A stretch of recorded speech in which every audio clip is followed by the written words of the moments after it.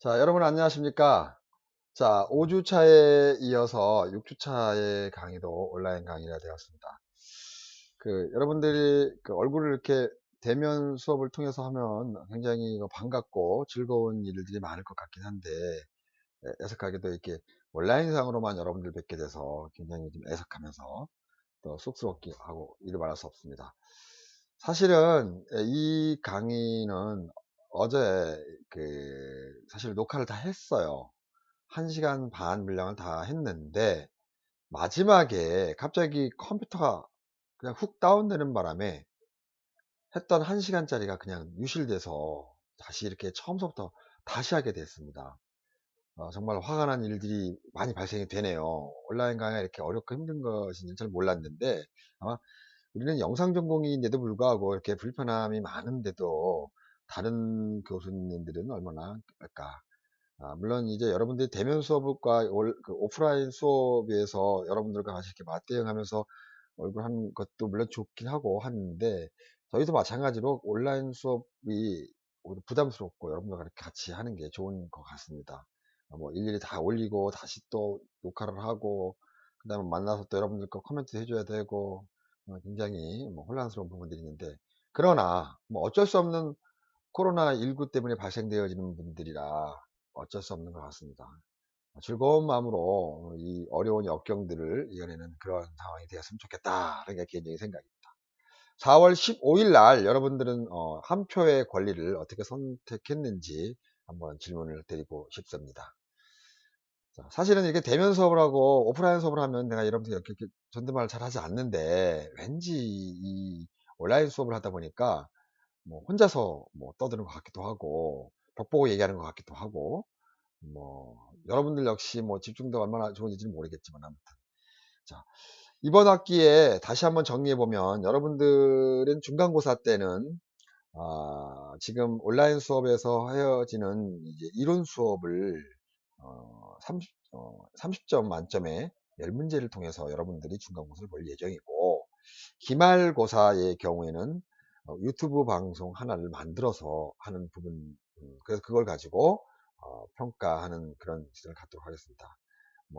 내용적 측면의 접근이 굉장히 좋으니까 유튜브의 생리를 잘 이해하면 될 것 같습니다. 지금 오늘은 사실은 이제 저작권에 관련된 부분에 대해서 설명할 예정이에요. 사실은 이 저작권에 대한 이야기를 할 땐 사실 저도 할 말이 무지하게 많거든요.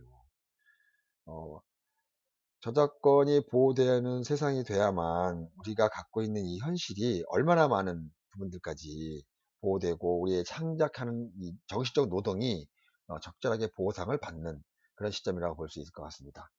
자, 어찌됐든 오늘은 이제 저작권과 컨텐츠에 관련된 부분에 대해서 설명할 예정이고, 자, 우리가 유튜브를 만드는 이 컨텐츠의 모든 것도 이 저작권에 해당되는 항목들이니까 여러분들이 그 부분에 대해서는 정확하게 인지를 하고 공부를 할 수 있도록 해주시오. 자, 그러면 본격적으로 이 강의에 임하도록 하겠습니다. 참고사항으로 4월 27일까지가 온라인 강의로 잡혀져 있는데, 지금 사회 흐름을 보면 더 연장될 것이다라는 이야기가 있는데, 우리 학교는 또 별개의 개념이니까 일단 4월 27일까지가 예정되어 있는 것이 맞는 것 같긴 합니다. 특별한 변동사항이 있으면 아마 학교 게시판을 통해서 아마 여러분들께 알려지고, 그 게시판이 알려짐과 동시에 여러분 역시 저 역시 여러분들 거기에 맞춰서 진행을 계속하는 방향으로 고민해 보도록 하겠습니다. 자, 그러면 오늘은 자, 여러분들이 잘 볼 수 있는 이제 저작 콘텐츠에 대한 부분들에 대해서 설명을 한번 해보도록 하겠습니다. 저작 콘텐츠. 자, 자, 콘텐츠라는 개념을 여러분들이 이해를 하면, 콘텐츠.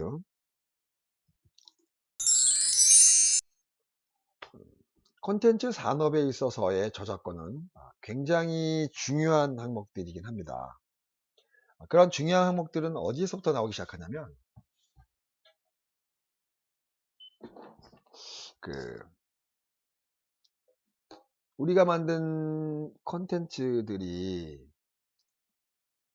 인권적인 측면이나 재산적 측면이나 이런 여러 가지 항목들로 보호받지 못한다면, 과연 누가 컨텐츠를 만들려고 하고 누가 창작행위를 하려고 합니까?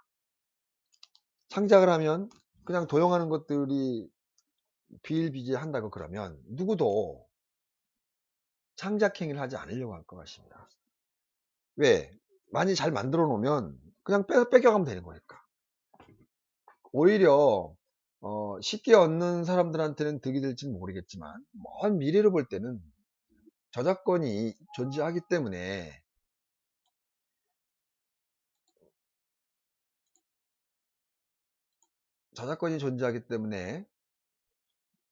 가끔씩 이 노트북이 이렇게 말썽을 핍니다.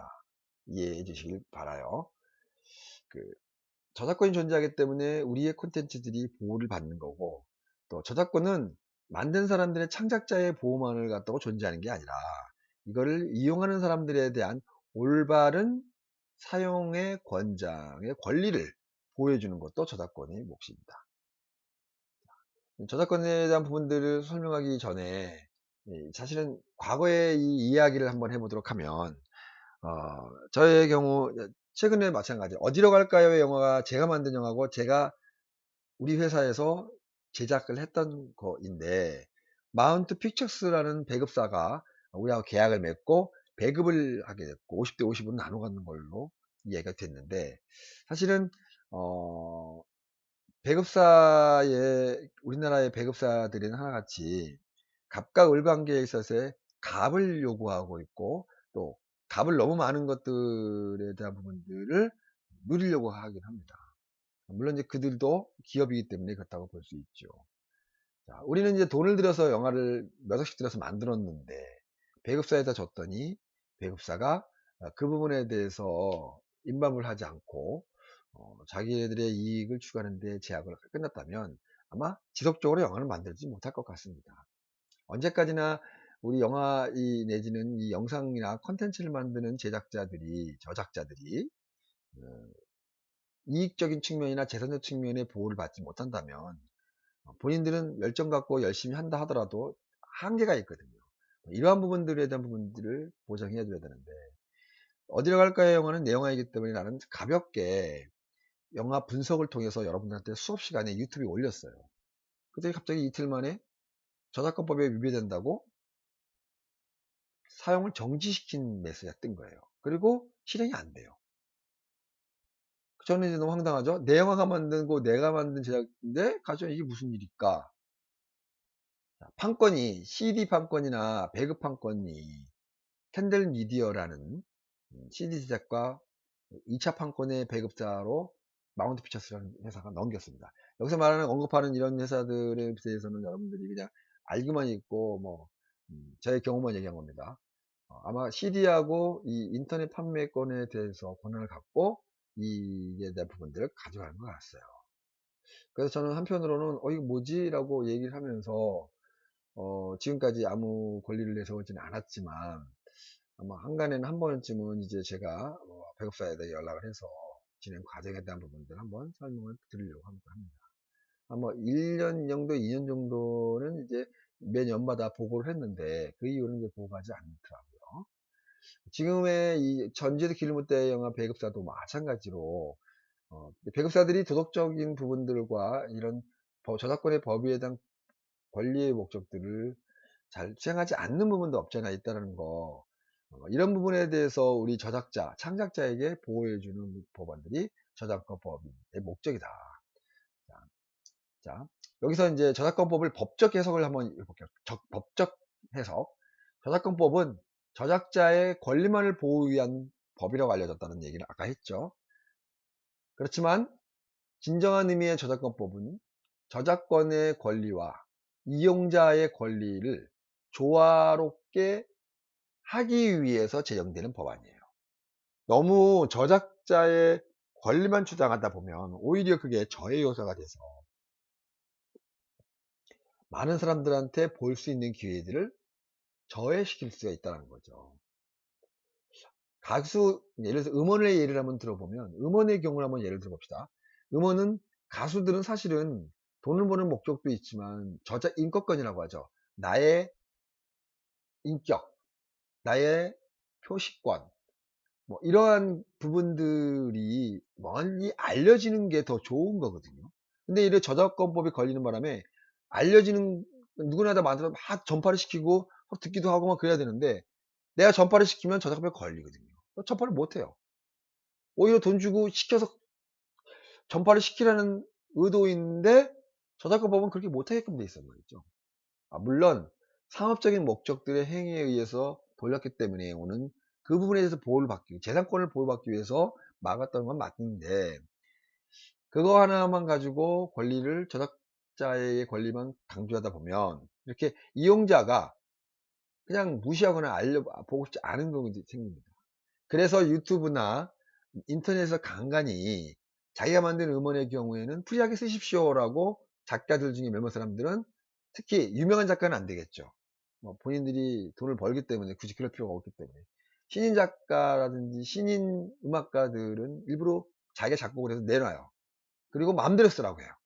오히려 멀리 나가면서 알려지면서 자기의 값어치를 올려주는 역할을 해줄 수 있기 때문에 그러니까 오히려 저작권법에 저해되지 않으니까 마음대로 쓰세요 라고 하는 경우도 있습니다. 그래서 음원을 보면 유튜브에도 굉장히 많이 뜨죠. 그런 분들이 올려놓은 음원들이고 또 영상도 마찬가지로 같은 상황인 거죠.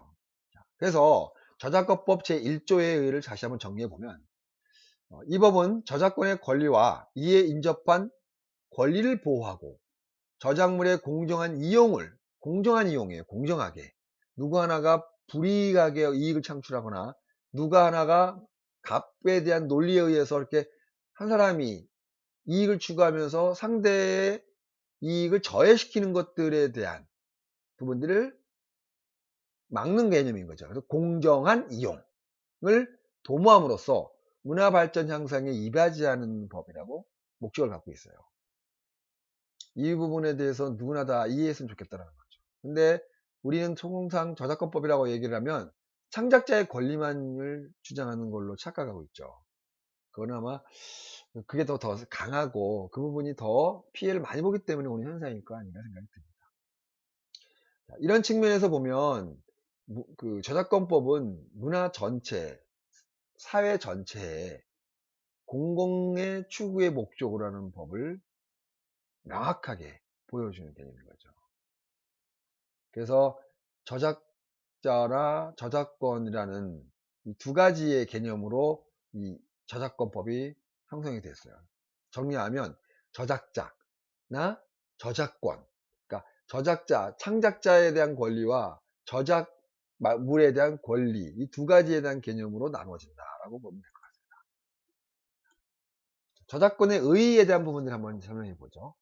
이 저작권 의의에 대한 설명들을 하는 이유 중에 하나는 그거예요. 그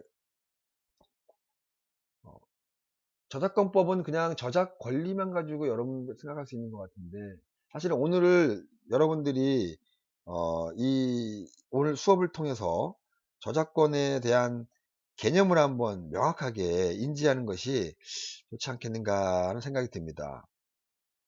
그의 가장 큰 것은 어떤 것들이냐면 이렇게 저작권은 만든 사람들에 대한 권리만 보여주겠다라고 잘못 이해하는 부분들이 있기 때문에 그거를 바로잡는 차원에서 접근합니다. 우리 같은 창작자도 저작권은 창작자만을 보호해주는 역할이라고 생각하니까 아까 같이 문제가 될 수 있습니다.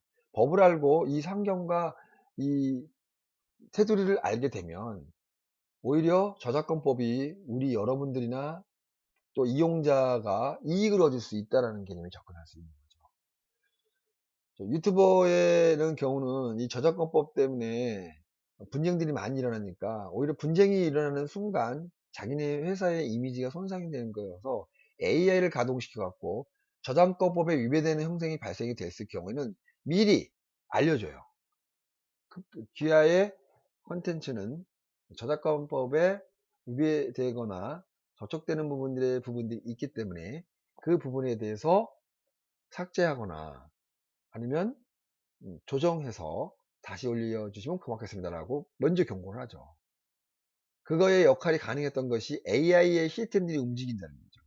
유튜브에서의 언어 콘텐츠의 기본 틀의 유형들을 AI가 잡아내서 그러한 유사한 시스템에 신호들이 들어왔을 때 AI가 잡아내서 그쪽에다 알려주는 뭐 그러한 역할을 하는 시스템들이 개발됐기 때문에 가능하다.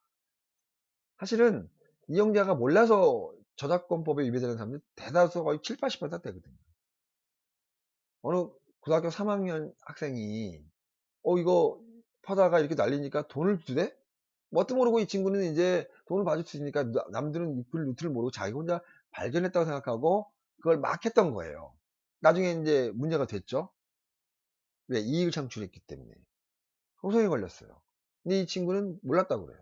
그거 어떻게 모를 수 있냐라고 얘기해요. 진짜 모르고 있더라고. 그러한 무지가 범죄자를 만들 수 있을 것 같아서 그런 부분들까지 이제 해소하는 측면에서 저작권법을 알아야 된다. 자, 저작권법의 의의를 한번 봅시다. 저작권법의 의의는 저작자에게 법률적으로 독점할 권한을 부여해줘요. 당신 거니까 당신만 쓰시오. 그래야 문학에 관련된 부분이나 창작물에 관련된 부분에 있어서는 창작자가 의혹을 가지고 그 사람이 만들었다는 거에 대한 보호가 있음으로써 재산이나 또 재산권이나 그 사람이 갖고 있는 표시권, 상표권, 그 다음에 그걸 통해서 유명해지면 인격권까지 보호를 받아야 된다는 거죠. 그래야 자꾸 작가들이나 창작자들이 만들어낸단 말이죠.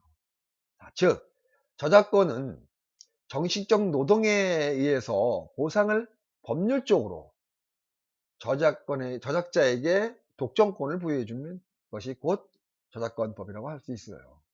그래야만 그 이후에 창작의 의혹이나 재산에 대한 부분들이 축적이 됐기 때문에 또 그 다음 작품들을 만들 수 있는 뭐 그런 형태의 유형이라고 생각하면 될 것 같습니다.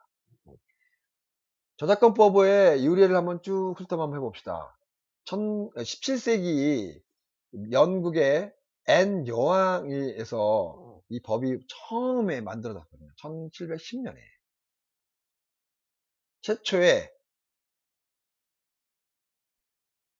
저작권법이라고 만들어진 부분들이죠. 저작권법은 과연 그럼 뭐냐라고 물어보면 정신적 소유권이라고 해요. 정신적 소유권. 사실은 뭐 냉장고, 텔레비전 이런 것들의 상품은 그 부분이 명확하게 실물로 실체로 나타나잖아요. 그죠? 그렇기 때문에 굳이 저작권이라는 개념이 접근하지 않다 하더라도 물건을 서로 주고받으면 돼요. 근데 이 문화 콘텐츠는 그렇지 않거든요. 어떤 경우에 여기에 해당됩니까? 정신적 노동행위이기 때문에 눈에 보이지 않아요. 대한민국의 경우에는 이런 부분들을 보상을 못 받는 부분들이 굉장히 많아요. 특히 기획 업무를 보는 사람들의 경우는 정신의 노동은 보여지지 않기 때문에 인정해주지 않으려는 그 부분이 그런 습성들이 있어서 문화 발전에 대해 굉장히 어렵다는 거죠. 저희가 예를 들어서 어떤 행사나 어떤 포션을 가지고 어떤 환경들을 만들어서 영상을 제작할 단계의 기획 단계에서 그 고생을 하고 만들고 체크하고 서류화시키고 조사하고 다 하는 것들을 보상해달라고 그 의뢰 업체에다가 제시를 했을 경우는 인정하지 않는 얘기죠. 그 페이퍼지 그게 무슨 것이냐. 다시 말해서 정신적 노동에 대한 보상을 전혀 인정하지 않는 게 대한민국의 습성이다라는 게 되는 거죠. 그래서 고생을 많았어요. 그러다 보니까 어떻게 될까요? 실물에 되어지는 것에 가격대를 더 올려서 정신적 보상을 받고 있죠. 어떻게 보면 나쁘다고 생각할 수 있어요. 아니 이거 500원짜리인데 왜 너 왜 800원을 올려? 근데 사실은 그 800원이 300원의 차액은 정신적 노동 대가를 얹혀놓은 거거든요. 근데 보여지지 않은 거기 때문에 원청사에서는 그 부분에 대해서 문제를 제기해요. 그럴 수 없다. 도덕적 회의에서 나오는 정신적 노동자에 대한 보상을 무시하겠다는 행위인 거죠. 과거에 그런 적이 많았어요. 그래서 저희 옛날에 20년 전에 이해를 할 때는 그래서 항상 기획료를 10%밖에 안 올려요. 근데 사실 그 기획료 10% 받고 하고자 절대 안 하거든요. 어디다 올리느냐? 각 풍력별로 10% 30%더 올려요. 그래서 그 정신적 보상을 받고 있는데 지금은 인터넷이 발달돼서 그것도 조차 되지 않는다는 거죠. 그래서 요즘에는 그렇다면 저승적 노동 부분들을 너희들이 보상을 해줘라. 이 보상에 대한 개념들이 형성이 됐을 때 비로소 문화 콘텐츠가 저작권의 권리로 인정받는 그런 개념인 거죠. 그래서 17세기경 영국에서 앤 여왕이 저작권법을 만들어서 이걸 만든 사람들의 정신적 노동 대가를 보여줬어요. 그때 적용되어졌던 것이 인쇄 출판분에 해당되는 부분. 누가 막 글을 썼는데 옛사람이 그때 뺏겨 갖고 이 사람도 팔아먹고 저 사람도 팔아먹어요. 그러니까 그걸 쓴 사람들은 보호를 못 받으니까 17세기 1710년에 앤 여왕이 이 사람이 썼으면은 이 사람은 복제할 수 없다라고 독점권을 준 거예요. 그렇게 해야지 또 만들어지기 때문에 오는 현상이. 그래서 저작권법은 이렇게 의의를 가지고 역사가 가지고 있습니다. 자, 저작권법에 대한 개념의 설명을, 저작권의 성립이에요, 성립. 이 부분은 굉장히 여러분들한테 예의주시 봐야 될 부분입니다.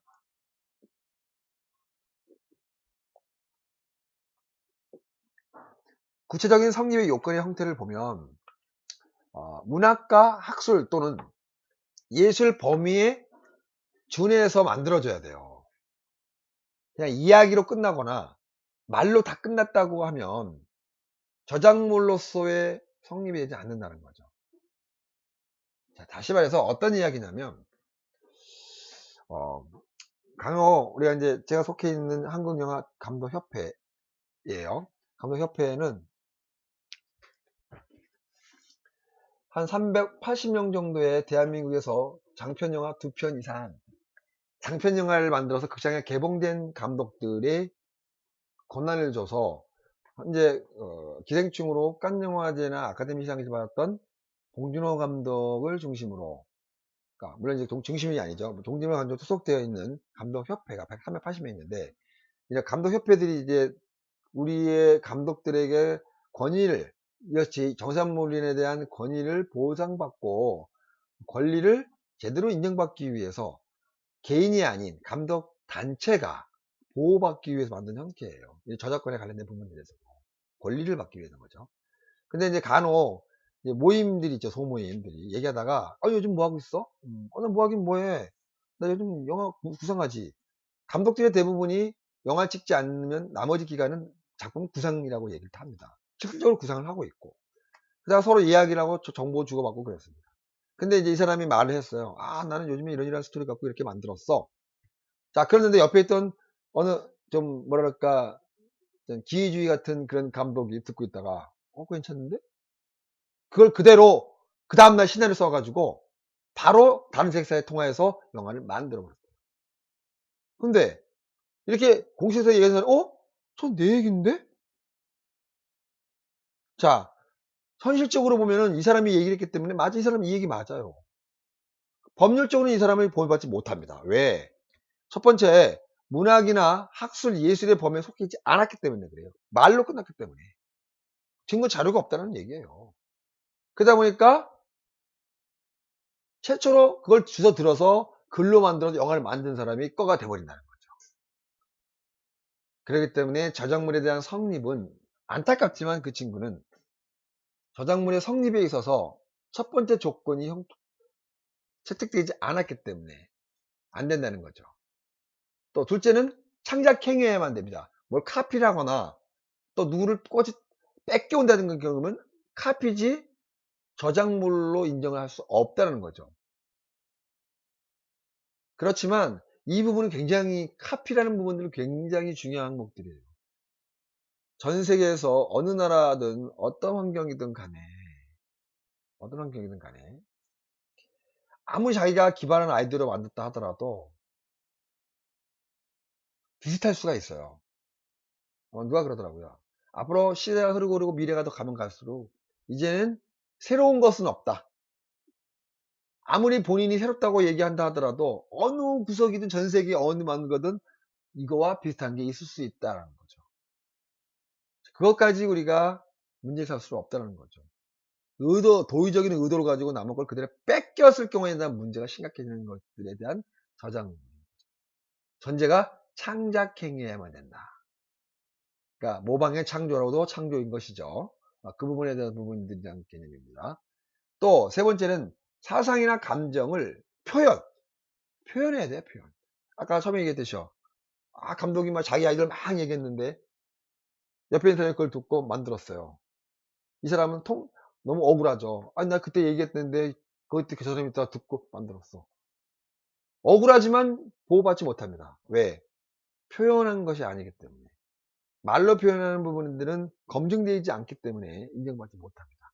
이거는 여러분들이 아마 제 경험담을 통해서 만들어준 거라 아마 여러분들도 현장에 나가면 그런 부분들이 있을 수 있을 것이다 생각이 듭니다. 그러나 또 내가 다 썼다고 해서 어떤 회사에 돈을 받고 하거나 월급을 받고 했을 경우에는 또 내가 썼다 하더라도 나는 저작자가 될 수가 없어요. 뒷부분에 설명이 됩니다.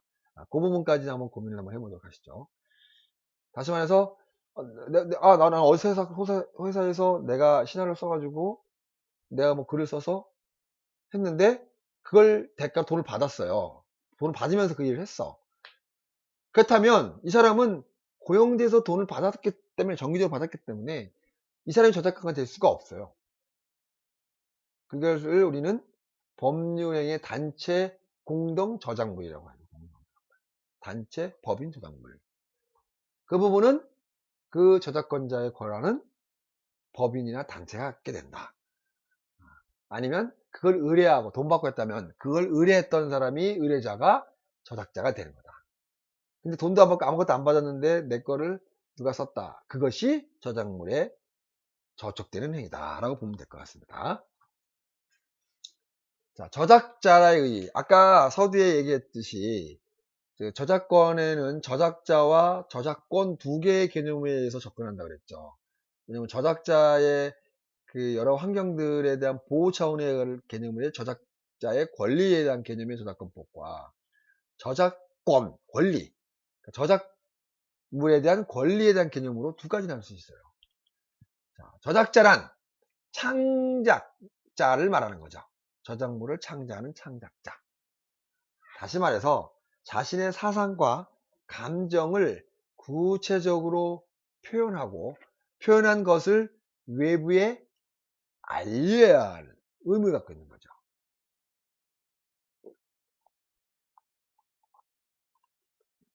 구두상으로만 이야기를 하거나 구두상으로만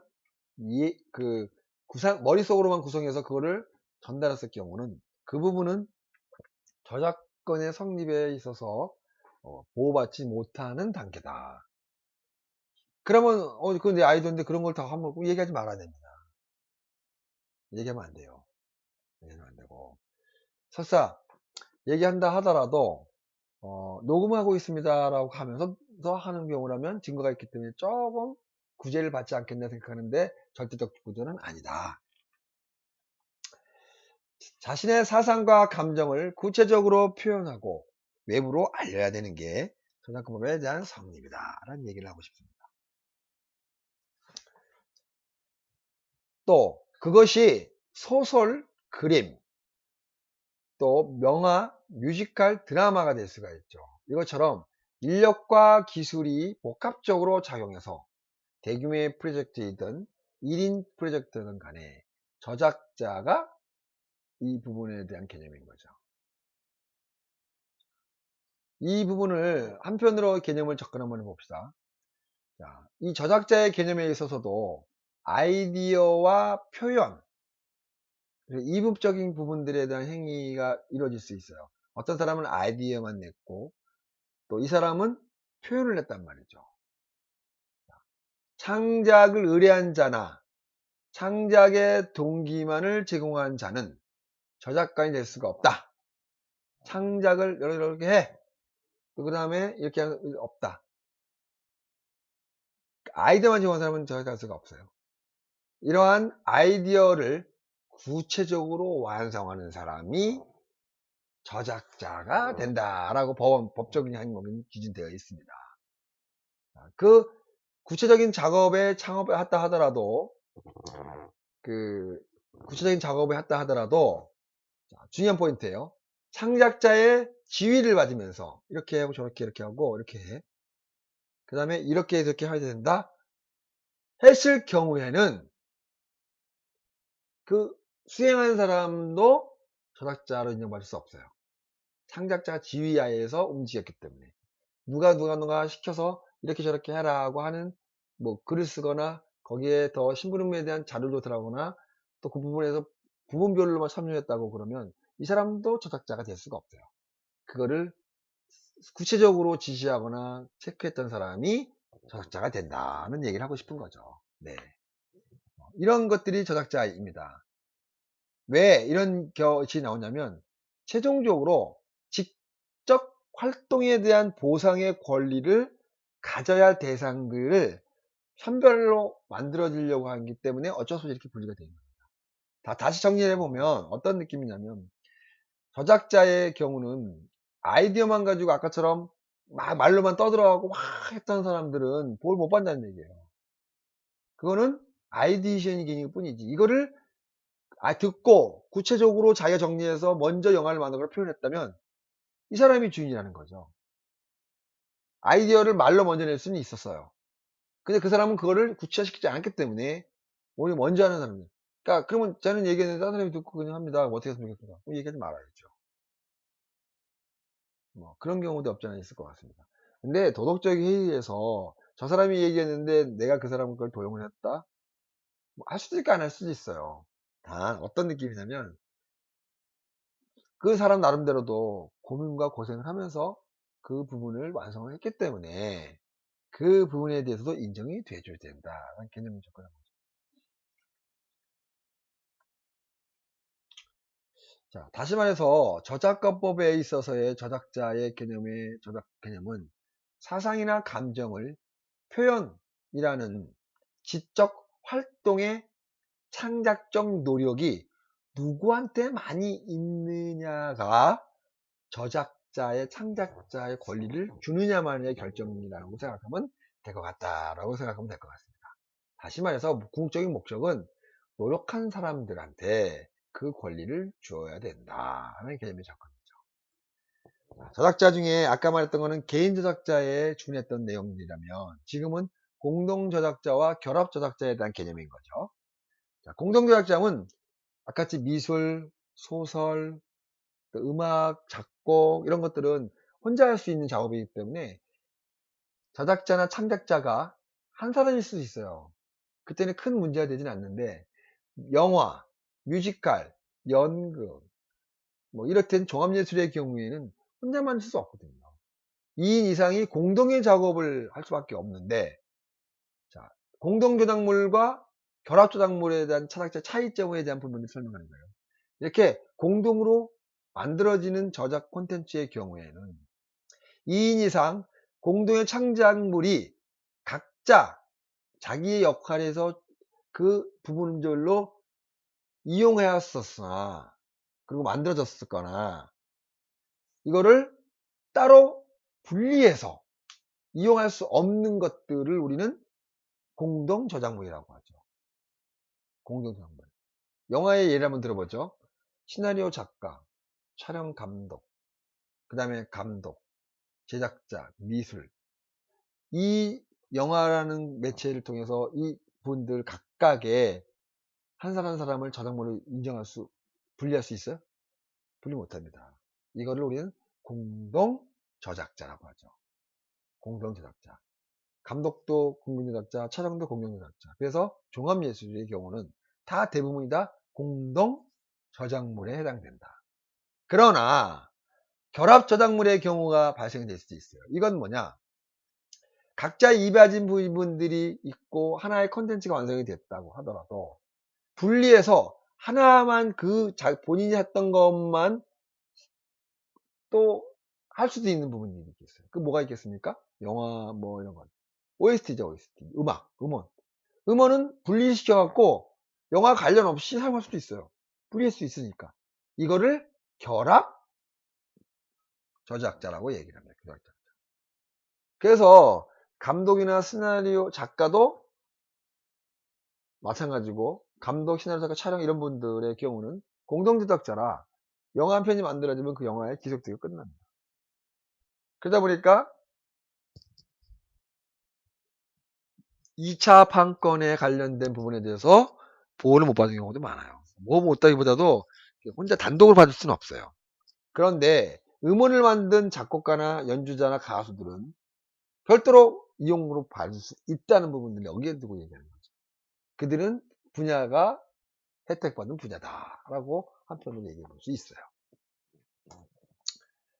자, 업무상 저작물의 저작자. 이 부분에 대한 부분 정도 생각해 보세요. 자, 여러분들이 아마 이제 졸업을 하고 사회에 나가게 되면 아마 여러분들 앞으로 편집이 완성이 되고 여러분들의 기획서가 작품화돼서 창작물이 완성이 된다고 그럽니다. 사실 따지고 보면 여러분들의 작품이고 여러분들이 만들었기 때문에 여러분들이 창작자입니다. 그러나 월급을 받고 출퇴근하면서 그 회사가 만든 기획가에서 만들었다면 여러분들의 아이디어고 여러분들의 생각이고 여러분들이 만들었다 하더라도 여러분들은 저작가가 될 수가 없어요. 왜? 월급을 받고 일을 했고 그 기획과 제작자의 산하에서 그 단체에서 자기 역할로 인해서 만들어졌기 때문에 이거는 업무상 저작물의 저작자, 공동의 저작자라고 봅니다. 그때는 법인이나 단체, 그 밖에 사용자의 기획하에서 움직여지는 종사하는 사람들의 경우는 그 법인에 대한 공포할 것을 저작자. 단, 그 안에, 창작자가 갖는 표시권, 성면 유지권, 이런 것들로 인해서 또 보호되고 그래요.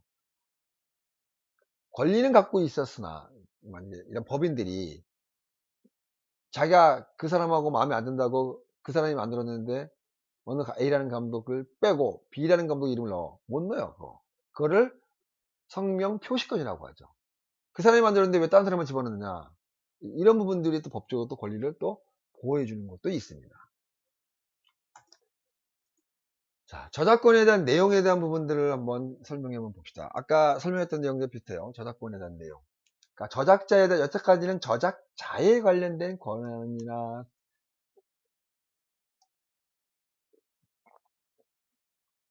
환경을 얘기했다면 지금은 이제 저작권이에요. 권리야, 권리. 권리에 대한 개념만 설명했죠.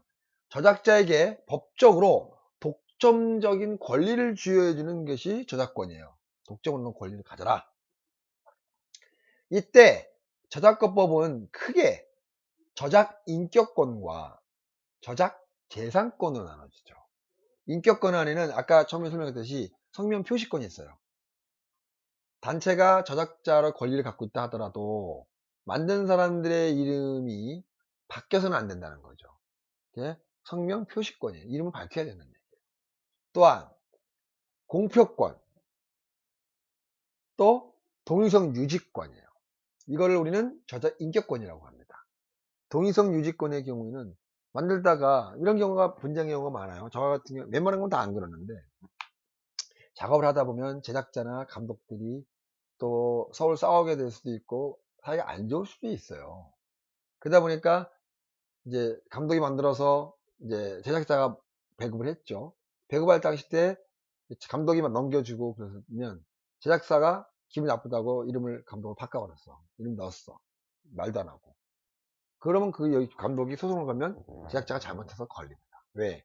이 성명 표시권이 가동됐던 문제가 돼요. 또한 동일성 유지권이죠. 창작자인 A라는 감독이 자기께 만들었다고 해서 내용을 이렇게 갔는데 이 저작자의 이름을 걸고 만들었던 작품을 제작사가 임의대로 변경을 하거나 임의대로 존을 유지하지 않는 경우가 발생이 됐을 경우에는 그것 또한 동실성 유지권 때문에 저촉돼서 걸린다. 또 이번에는 이제 재산권이라고 하는데 이건 이제 돈을 벌기 위해서 재산 가치로서의 행해지는 행위라고 보면 될 것 같습니다. 복제권, 복사하는 복제권. 그리고 공연이라면 공연, 방송 프로그램이면 방송권, 그 다음에 뭐 전파나 아니면 이런 걸 만들었던 정성권, 음악 전시권, 정권, 그 다음에 배포권, 또한 2차적 저작물의 작성권까지. 이게 이제 저작 재산권이 됩니다.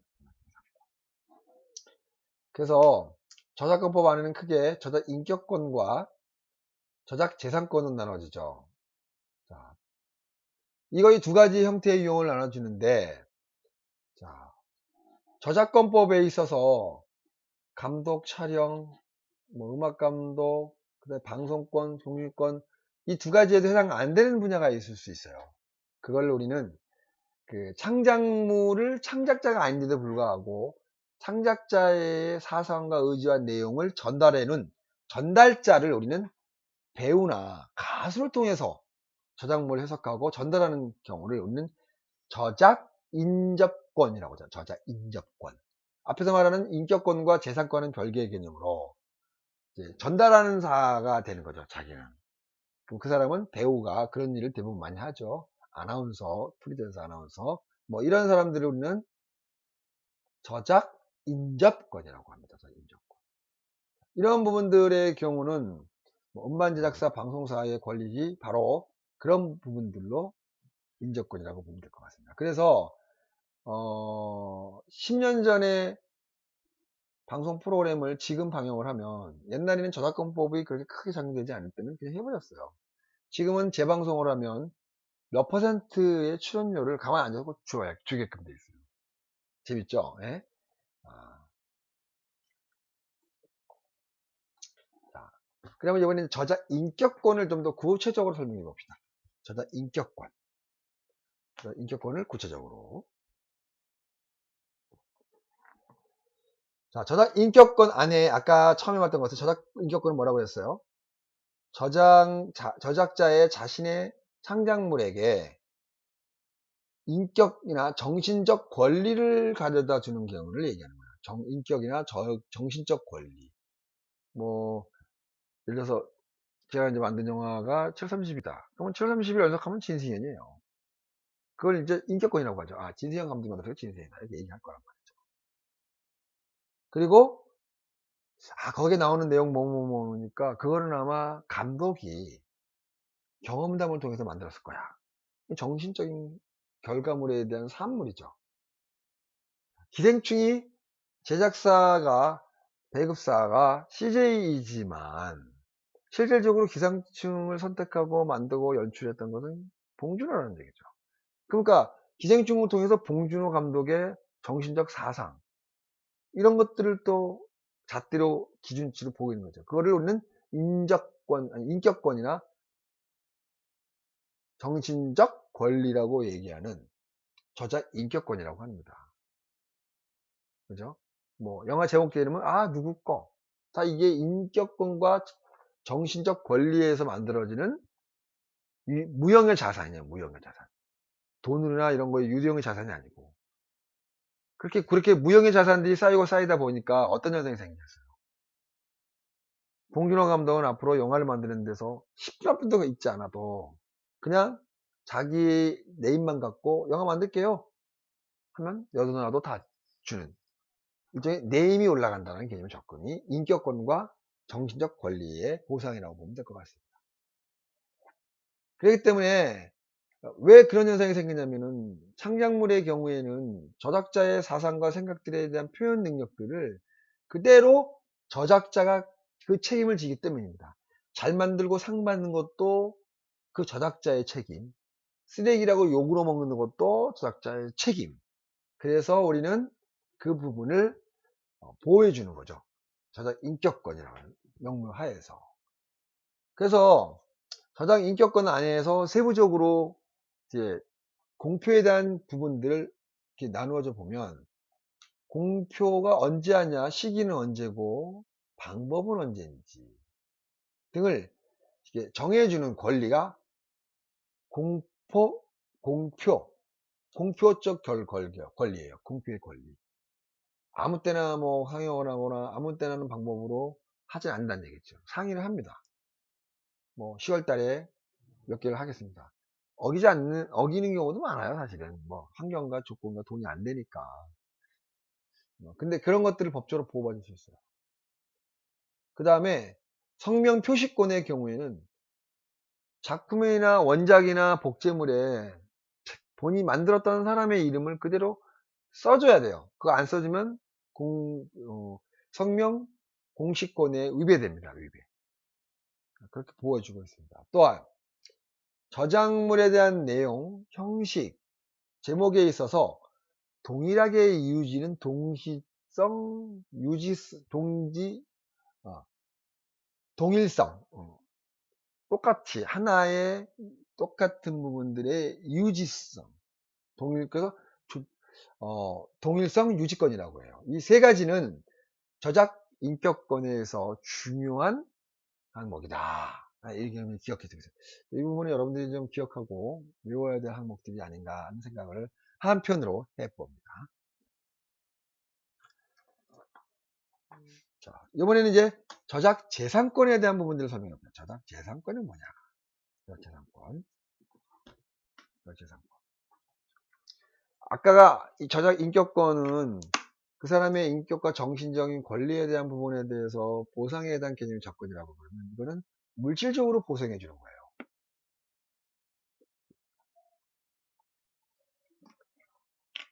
물질적 보상. 이 물질적 보상은 이제 어떤 것들을 행위냐면 앞에 부분은 유명한 거라든지 그 사람의 정신적이라든지 인격에 관련된 부분에서 권리를 보호해 주는 거라면 여기는 경제적 이익을 취할 수 있는 권리를 제공해 주는 거예요. 경제적 이익. 그래서 경제적 이익은 이 사람만 가져라. 그리고 독점권도 같이 주는 계획이에요. 그렇게 해야만 저작자가 그 자산을 바탕으로 해서 그 다음에 대한 활발한 작품 활동을 할 수 있는 것에 대한 보상이라고 생각하면 될 것 같습니다. 그러면 그거는 뭐가 있을까? 아까도 설명을 얘기했지만 복제권, 복사하는 복제권이요. 제가 이제 캔들 미디어에서 어디로 갈까요가 복제돼서 CG로 판매가 됐어요. 그 다음에 7월 30일의 경우에는 어딘지는 모르겠지만 그것도 역시 CD를 복제해서 판매를 했었습니다. 물론 그 수익에 대한 개념은 다들 각자의 역할에서 가져갔지만 그 다음에 공연권이죠. 공연으로서 할 수 있는 권리, 방송권은 방송, 전송권은 이렇듯이 뭐 인터넷상에서의 전송, 그 다음에 뭐 미술관이나 이런 전시관에서의 전시권, 그 다음에 뭐 배포, 배급, 뭐 TV 판권에 대한 배포, 뭐 이런 것들에 대한 권리를 얘기해요. 그리고 2차적 저작물의 작성권, 이렇게 7가지의 권리로 규정하고 그 중에서 저작 재산권을 보여준다.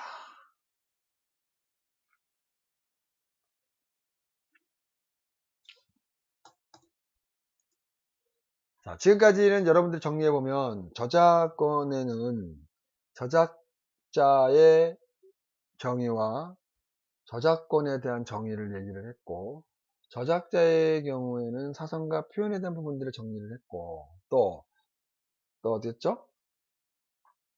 저작자의 경우는 공동 저작자와 결합 저작자로 나눠진다고 했죠. 그리고 저작 재산권의 경우에는 저작 재산권은 공포권, 방송권, 아까 말했던 것이 7가지의 형태의 유형이 있다고 정의되었습니다.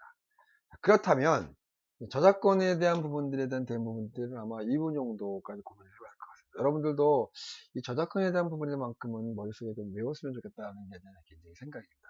그 이후에 가장 큰 것은 어떤 것이 있냐면은 앞으로 현장에 나가면 여러분들이 저작권에서 계속 예의주시해가면서 주의하고 조심해야 될 항목들이에요. 그래서 이제 작품을 만들면서 여러분들이 기말 작품을 만들거나 졸업 작품을 만들 때 이 저작권에 대한 부분들이 항상 대두가 되어 걸리거든요. 가장 크게 걸려지는 항목들을 보면 음원이에요, 음원. 지금 음원에 대한 개념을 왜 내가 자꾸 얘기를 하냐면, 전 여러분들한테 개인적으로 무료 음원을 썼으면 좋겠어요. 그런데 무료 음원을 쓰라고 했는데 무료 음원을 안 쓰고 이제 기존에 있는 음악을 씁니다. 근데 중요한 건 그렇게 될 수밖에 없는 거는 기존에 써졌던 그런 환경들의 음원들은 검증이 되었거나 그가 갖고 있는 이미지가 있기 때문에 쓸 수밖에 없는 환경이라는 거죠. 쓸 수밖에 없는 환경. 그러다 보니까 그 의욕에 빠지다 보니까 나중에 작품이 정말 잘 됐어요. 너무 잘 나왔어. 그래갖고 이제 각종 배급사들이나 영화사에서 뭐 러브콜을 해요. 그런데 저작권 금연이 걸리기 때문에 못 나가요.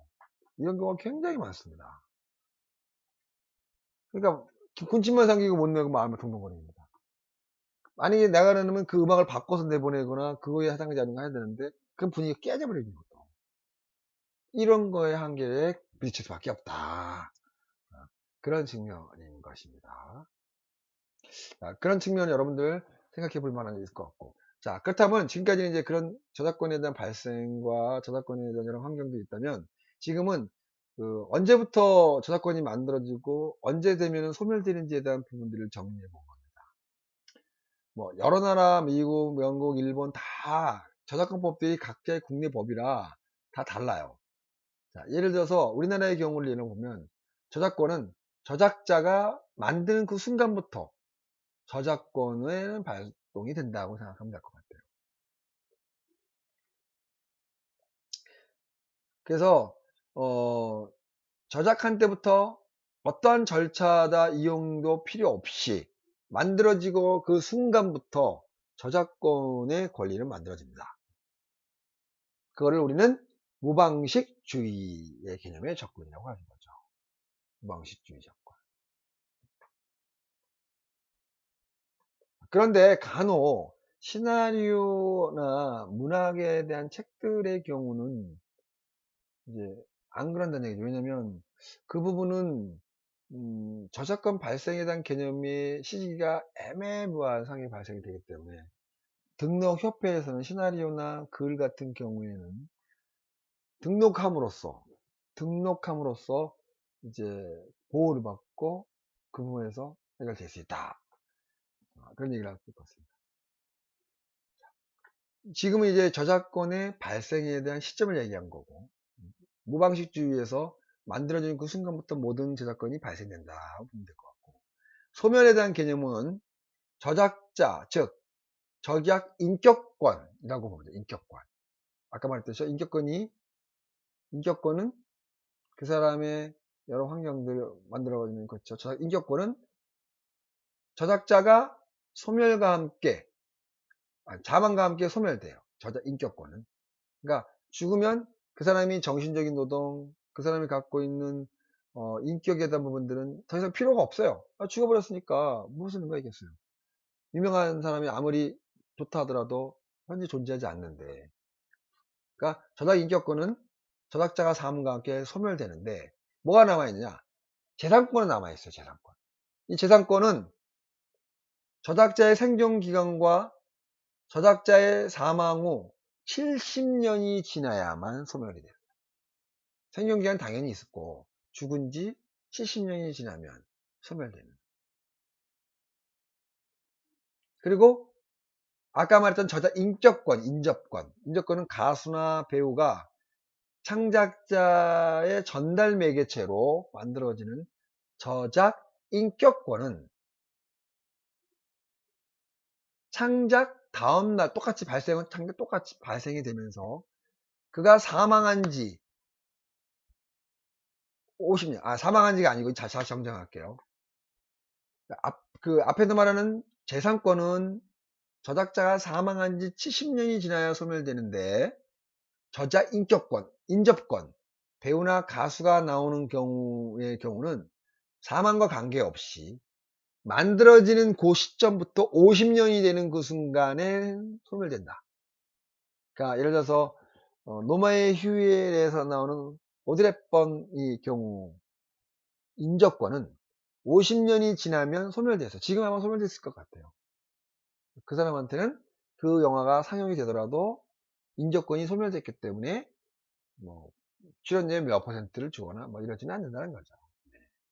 뭐 이런 것이 저작권의 발생 및 소멸에 대한 이야기였습니다. 자, 이건 이제 지금은 여러분한테 설명한 내용은 이제 저작물에 대한 자유이용 제도의 개념인 거죠. 이거는 아까 처음에 여러분들한테 서두에 얘기했던 것처럼 어떤 말에 대한 준에서 나온 얘기냐면 그거죠. 너무 저작자의 권리로만 주장하다 보니까 이용하는 한계가 돼서 이용자의 한계, 이용할 수 있는 한계가 있어서 오히려 유포를 하거나 많은 사람들이 이용하는 거에 저해 요소가 될 수 있고 그래서 그 부분에 대한 부분들을 자유 이용 제도라는 걸 통해서 보호해 주는 거죠. 보호. 자, 그러니까 저작자의 권리를 너무 하다 보니까 공중의 향후 이거를 좀 더 완화시켜서 배포하는 과정을 강구해 보자. 뭐 그런 측면에 대해서 개념을 설명한 거죠. 그건 이제 어떻게 실행되는지 한번 봅시다. 저작물의 자유 이용 제도의 경우 그 종류를 보면 저작권법은 일반 공중의 저작권의 허락을 받지 않아도 저작물을 자유롭게 이용하도록 자유 이용 제도 및 저작 재산권의 제한을 한다. 이런 개념인 거죠.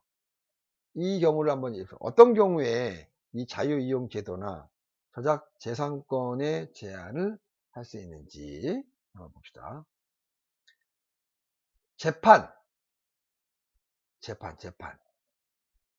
재판의 복제 사용될 때, 재판의 증거물로 사용될 때, 이거를 우리는 자유이용제의 종류에 있어서 저작자의 허락을 받지 않아도 사용할 수 있고, 또 학교 교육의 목적에 사용됐을 때도 허락받지 않고도 사용하게 됩니다. 자, 근데 지금 우리가 한번 예를 한번 들어볼게요. 지금 제 영화가 내 거인데도 불구하고 여러분들한테 이렇게 교육을 통해서 이렇게 가르쳐주고 보여줬어요. 근데 따지고 보면 이 애가 교육을 목적으로 했는지 아니면 상영을 목적으로 했는지를 모르잖아요. 사실은 이런 부분들이 소송을 걸리는 문제가 되면 지금의 이 기준에 의하면 자유이용 제도에 준해서 법적으로 문제가 되진 않아요. 그런데 분쟁이 될까봐 학교의 목적이라 할지라도 저작자에게 허락을 받는 것이 안전하다라는 얘기를 합니다. 여기서 말하는 안전이라는 개념을 쓰냐면은 통상적으로의 작가들은 학교의 교육을 목적이라 했다 그러면은 자기의 마인드나 양심이나 정신적으로 그래 뭐 교육 목적인데 이익을 추구하지 않는 교육의 목적이라면 그냥 쓰세요 하고 통상적으로 얘기를 합니다. 근데 간혹 나는 그것도 허락할 수 없어 라고 소송 걸리는 부분도 있을 수 있습니다. 이런 부분의 경우에는 애매모호하게 그렇다고 해서 전적으로 벌불배하진 않았습니다. 내가 보기엔 그런 것 같습니다. 왜? 자유이용 제도라는 개념 때문에. 그 다음에 그 시사 보도를 하기 위해서 만들어지는 복제, 뉴스에서 나오는 것들이 뉴스.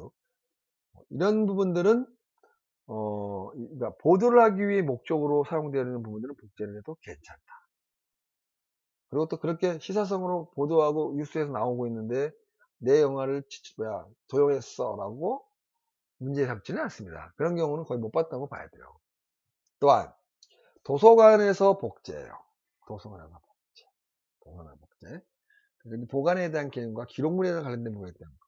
또한 시험 문제 낼 때, 시험 문제에서 복제할 때, 또 시각장애인에 대한 복제, 이런 것들은 공공의 이익을 위해서, 공익을 위해 이익을 위하는 이유만으로 저작물에 또한 영리를 목적으로 하지 않는 이유 하나로 공연과 방송과 사적 이용의 목적은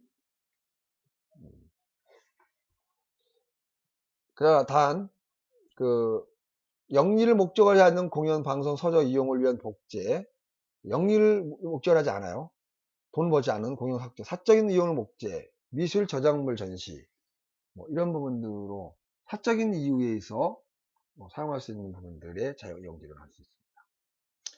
자, 이것이 자유이용제도라고 볼 수 있어요.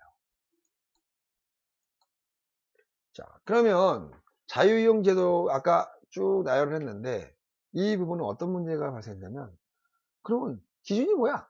기준이 뭐냐?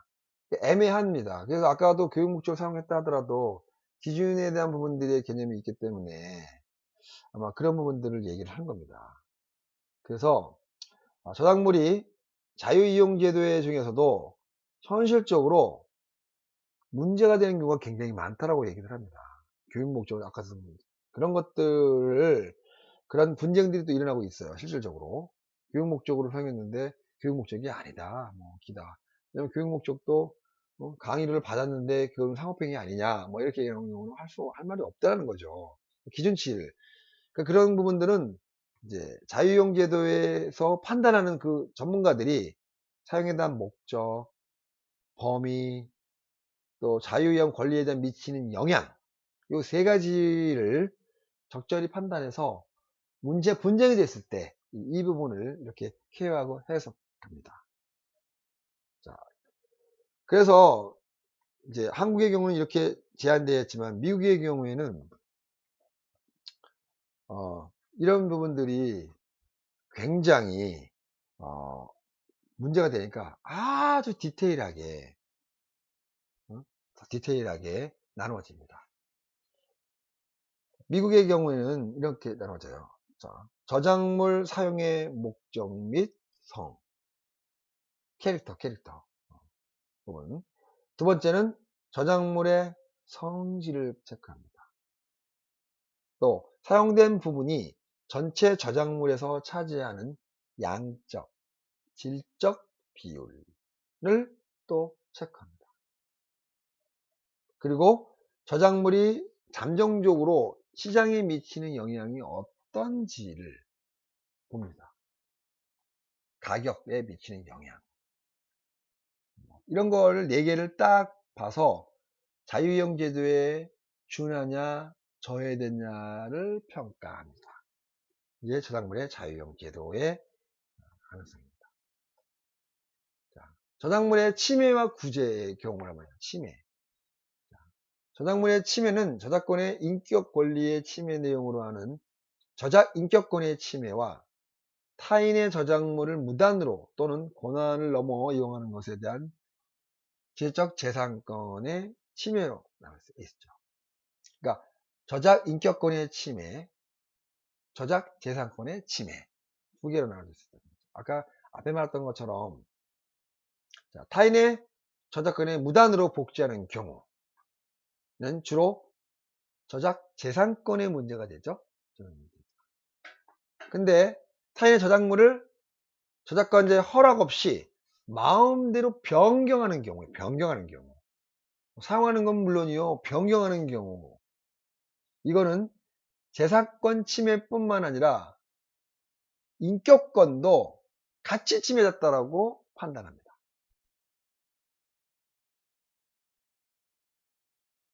이거를 2차적 저작물의 작성권의 침해라고도 한편으로 합니다. 침해.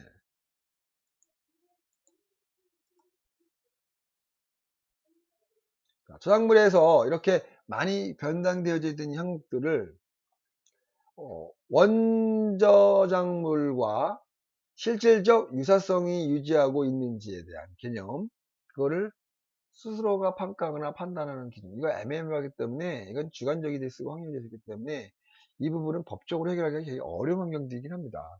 그래서 이거의 경우에는 그 윤리위원회에서 뭐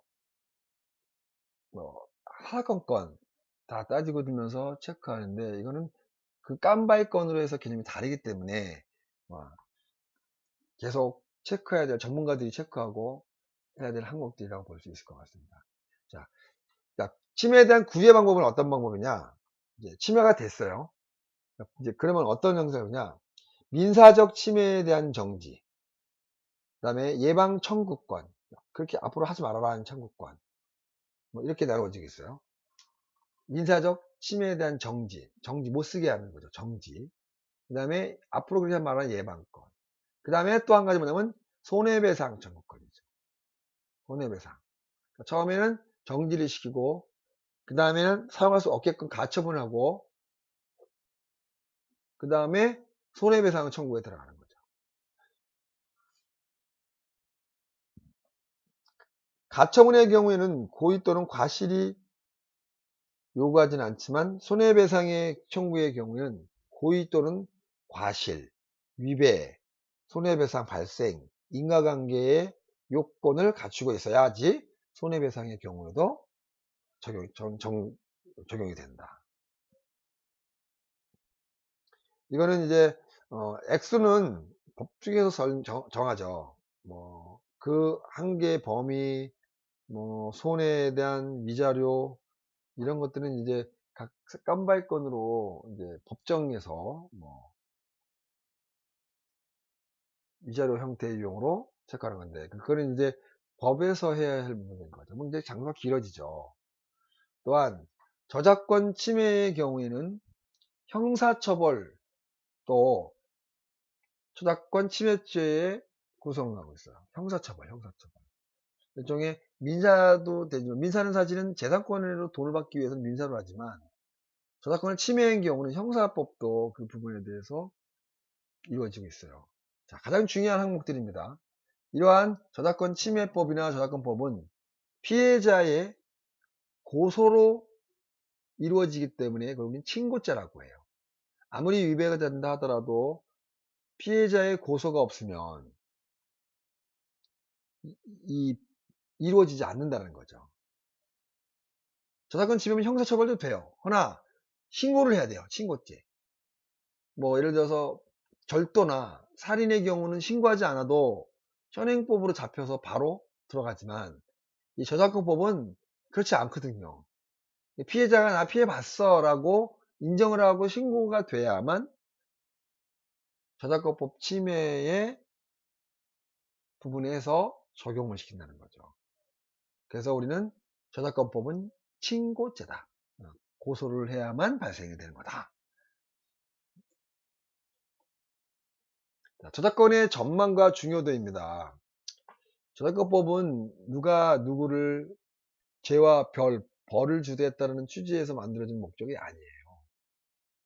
저작자에 대한 경제적인 대가 뿐만 아니라 콘텐츠가 만들고 있는 권리와 수익의 여러 환경들을 그대로 보존해주고 존중해주는 것이 저작권에 대한 기준이기도 합니다. 그래서 우리는 그 저작권법의 중요도와 저작권법의 여러 환경들에 대한 보호받기 위한 노력을 스스로도 해야 돼요. 그냥 법적이 알아서 해주겠지라고 하는 거는 비적극적이다. 그래서 보상받기가 좀 더 어려워질 수 있으니, 계약서, 감독계약서, 투자계약서, 배급계약서, 이 계약서들을 씀으로써 이 저작권에 대한 중요도와 전망에 대한 개념들을 이해할 수 있다는 거죠.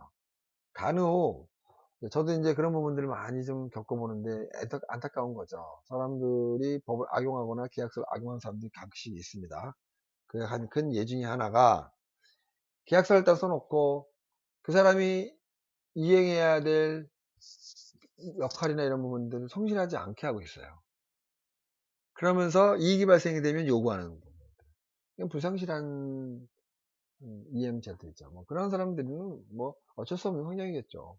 한번 만들어 놓으면 그 다음부터 계속 그러지는 않을 거라는 얘기죠. 네. 이렇게 해서 저작권법에 대한 설명을 좀 했습니다.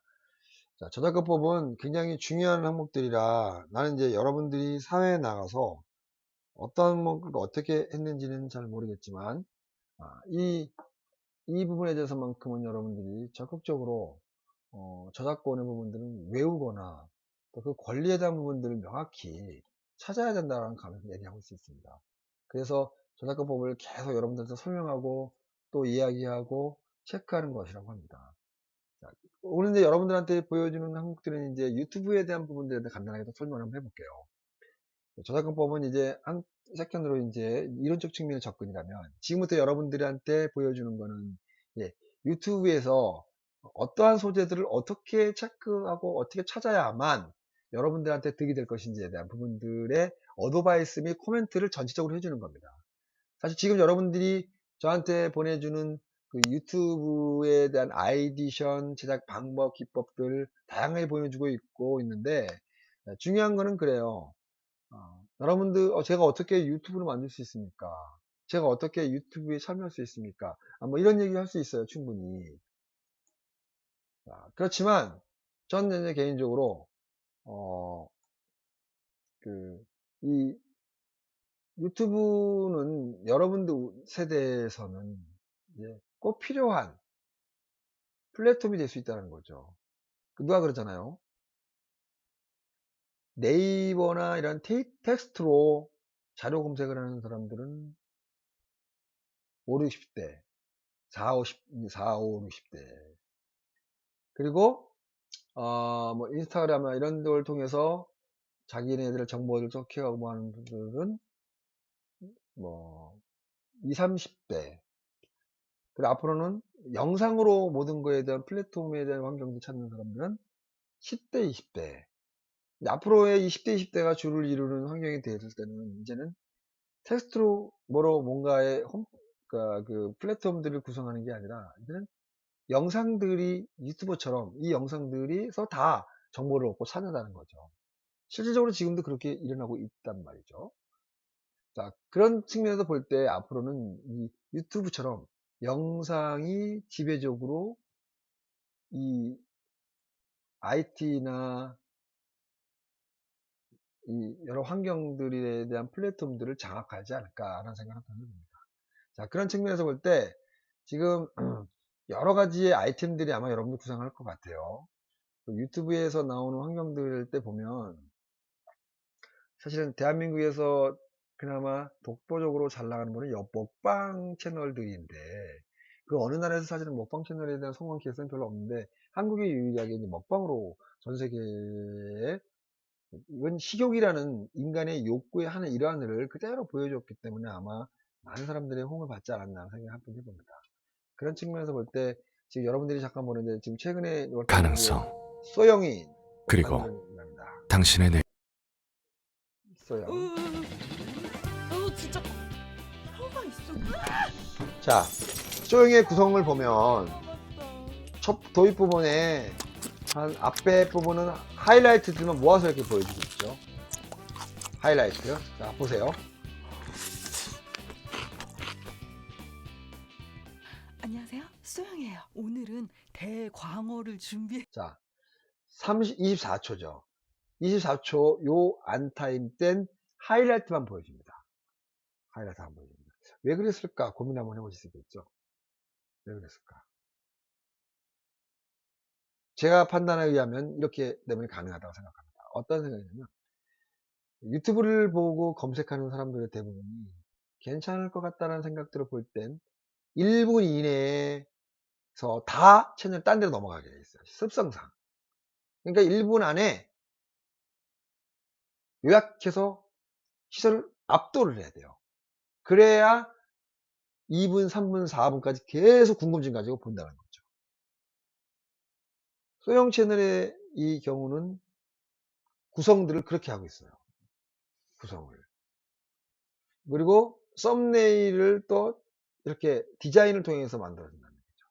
지금 내가 여러분들한테 한 내용들에 대한 개념들을 적극적으로 활용해서 유튜브의 영상을 만드는 데에 적용이 되면 여러분들은 그 내용이 무엇이든 간에 관계없이 성공할 수 있다는 걸 감히 얘기하고 싶은 거죠. 저도 지금 유튜브를 개발을 하고 연구하고 많이 해보겠지만 또한 소재를 개발할 때 한편으로 이런 생각도 하셔야 돼요. 어떤 게 하냐. 지금 9.2kg의 돔이 엄청 큰 대광어, 대광어를 이렇게 보여주잖아요. 얼굴이 요만한데 광어가 이만해요. 압도적이잖아요. 그러니까 이런 희귀상강을 압도적인 환경들을 만들어 갔을 때 사람들은 집중할 수밖에 없다는 거죠. 예를 들어서 지난번에 여러분이 잠깐 보였던 것처럼 2천만 뷰가 넘어갔던 오징어회를 많은 먹방의 경우를 보면 물론 한간에는 댓글에는 뭐 징그럽다 뭐 좀비 같다 뭐 이런 얘기가 나오는 때 그 자체가 집중 가는데 성공했다고 보는 거죠. 자체가. 성공해서 봤다. 뭐 그런 개념의 접근이라고 볼 수 있습니다. 그런 측면에서 볼 때 쇼용이 성공 1년 만에 이렇게 먹방 대한민국 순위 2위까지 올라갔던 가장 포인트였던 걸 난 나름대로 평균해 보면, 자, 이렇게 그동안의 먹방에서 새로운 아이템 비주얼들을 계속 보여줬다는 거죠. 그런 게 더불어, 자, 이렇게 여기는 이제 또 한번 볼게요.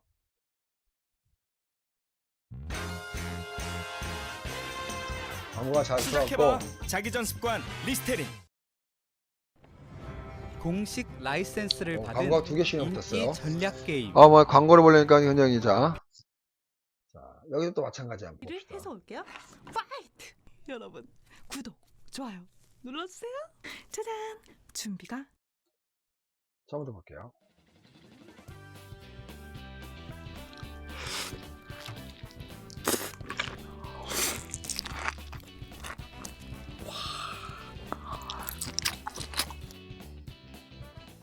안녕하세요, 수영입니다. 항상 우리는 걱정. 자, 10분에서 20분 사이에 항상 이렇게 포인트를 강조하고 있죠.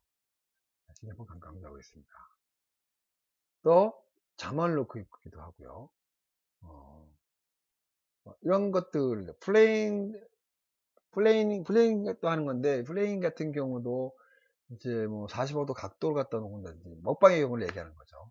물론 여러분들의 아이템들이 어떤 거를 어떻게 할지는 여러분들이 지금 계속 구상하고 아이디어를 한다 계속 보여주고 있긴 한데, 자, 그 아이디어를 볼 때 어떤 환경들이 만들어지냐면, 내가 좋아서 하는 유튜브의 소재들을 찾아가는 것은 실패가 되기 가장 쉽습니다.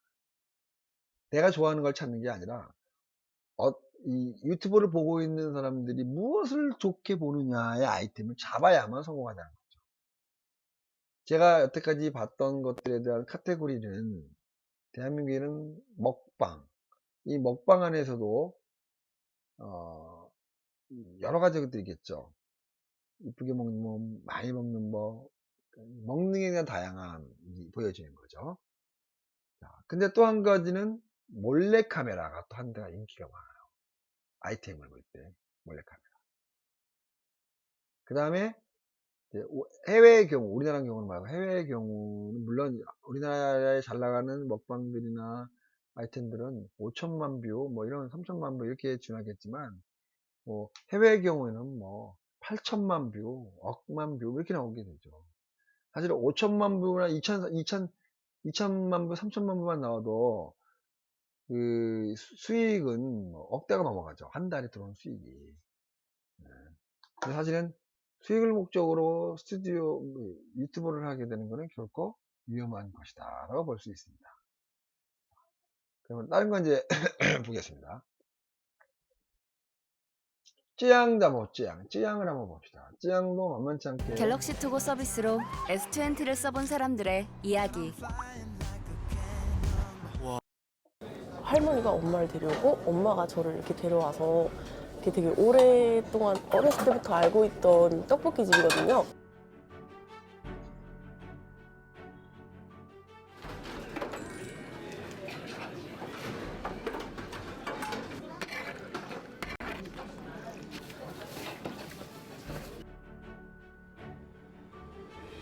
어, 70년, 40년이 넘고 45년.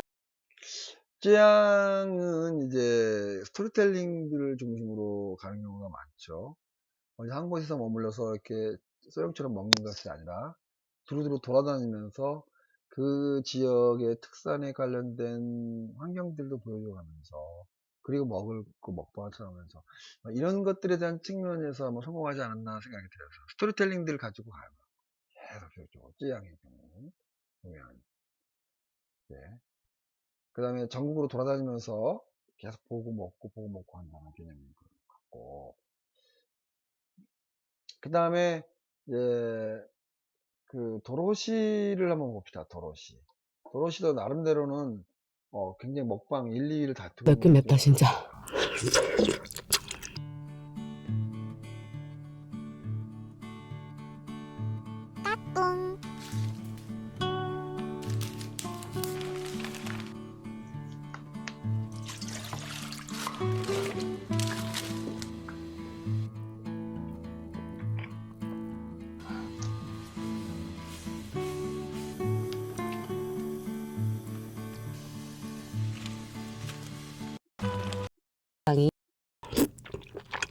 자, 도로시의 경우는 이제 제작 과정에 대한 부분들로 이렇게 유입하는 경우가 많죠. 그러니까 이제 하이라이트 부분들의 개념의 접근은 소형은 놀라움, 신비스러움, 뭐 이런 부분들의 접근이라고 하면, 쯔양은 진솔함, 스토리텔링의 중심으로 올 것이고, 반면에 도로시의 경우에는 만드는 과정, 그 다음에 음식에 대한 집중, 선택, 이런 부분들로 많이 구성이 되었지 않나 생각이 듭니다. 이게 먹방 채널이 갖고 있는 공통점인 거죠. 자, 여기서 이제 여러분들한테, 물론 뭐 지금 아이디어를 계속 보면서 저도 이제 여러분들 보고 코멘트를 좀 하겠지만, 전체적인 코멘트 중에 가장 중요한 포인트는 그거예요. 내가 하고 싶어 하는 걸 먼저 찾지 말고, 유튜브 안에서 트렌드가 뭔지를 먼저 찾아야만 성공했다는 거죠. 그래서 자꾸 봐줘야 돼요. 먹방의 1, 2위, 3위가 뭐가 소재로 하고 있는지. 또한 그 다음에 유튜브 중에서 제일 잘 나가는 부분들의 10개만 뽑아가지고 한번 보세요.